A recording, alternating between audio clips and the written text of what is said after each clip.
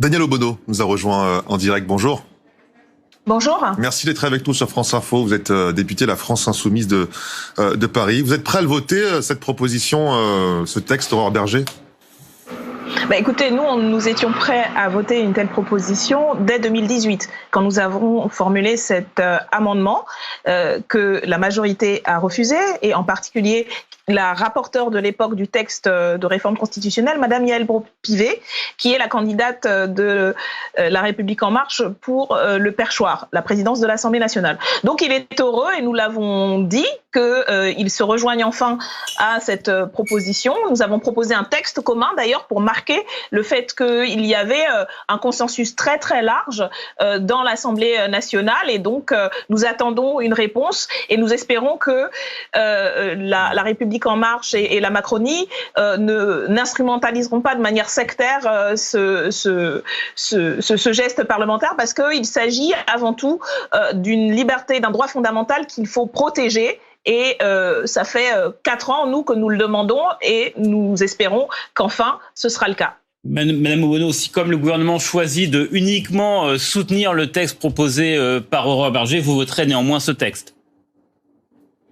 Oui, écoutez, nous, dans le cadre de la réforme constitutionnelle, vous saviez, c'était pas de notre initiative, et nous avions pourtant proposé un amendement que nous aurions voté, et nous espérions que ce soit adopté. Donc, il n'y a absolument aucun sectarisme de notre part sur ce genre de questions. J'espère que le gouvernement et Madame Aurore Bergé, présidente du groupe macroniste majoritaire, saura entendre et verra au-delà justement de la politique politicienne l'importance qu'il y aurait à avoir un texte commun de tous les groupes qui le souhaitent et qui se sont engagés depuis des années sur ce sujet. Je fais à l'exception du Rassemblement national, qui s'est souvent et toujours opposé à l'extension et à la pérennisation de ce droit. Et je crois que ce serait un signal très fort, et c'est d'ailleurs ce que demandent aujourd'hui des avocats, des magistrats et toutes les associations de défense des droits des femmes. François Bayrou, le patron du MoDem, estime que inscrire le droit à l'IVG dans la Constitution, bien que ça ne servait pas à grand-chose, car aucun parti politique aujourd'hui ne souhaite de retour en arrière. C'est ce qu'il dit, François Bayrou. Vous êtes d'accord avec lui ? Absolument pas, parce que nous le savons d'abord déjà que le droit à l'IVG est constamment remis en cause par les difficultés d'accès. Aujourd'hui, c'est ce que dénonce le planning familial et un ensemble d'associations. C'est déjà très difficile pour certains et certaines personnes d'y avoir accès. Et puis, parce que ce qu'on a vu aux États-Unis, ce qui était censé être une protection fédérale, a été remis en cause. Et nous savons qu'il y a dans notre pays, je pense notamment au Rassemblement national, des organisations, des partis qui sont opposés à ce droit. Pour bien préciser, Madame Obono, il y a des gens... Pour bien préciser, Madame Obono, il y a des députés du Rassemblement national, nouvellement élus d'ailleurs, qui ont exprimé publiquement leur hostilité à l'avortement, considérant même, selon les mots d'une députée proche de Marine Le Pen, que c'est un génocide.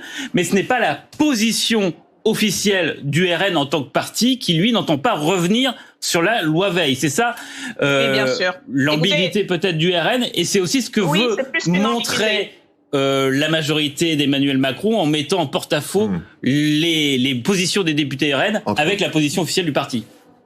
Oui, mais ce qui est sûr, c'est que c'est plus qu'une ambiguïté, en vérité. Le Rassemblement national et ses députés, notamment par exemple au niveau européen, se sont toujours opposés à la protection de ce droit. On sait qu'il est remis en cause au niveau européen, notamment en Pologne, en Hongrie, et dans des pays où ce courant et ce parti, ce mouvement soutient les pouvoirs réactionnaires.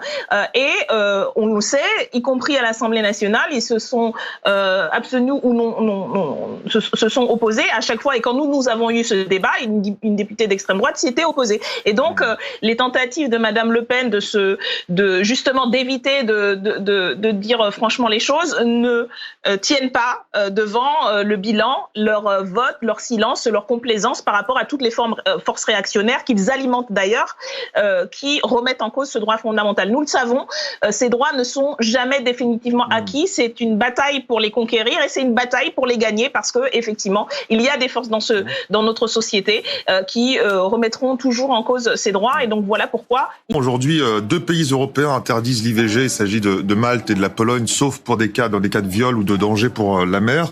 Dans un contexte où de nombreux pays européens, de nombreux pays sur le vieux continent souhaitent nous rejoindre, est-ce qu'il faudrait imposer le droit à l'avortement comme une des conditions pour adhérer à l'Union européenne, ce qui n'est pas le cas aujourd'hui, comme la peine de mort, par exemple.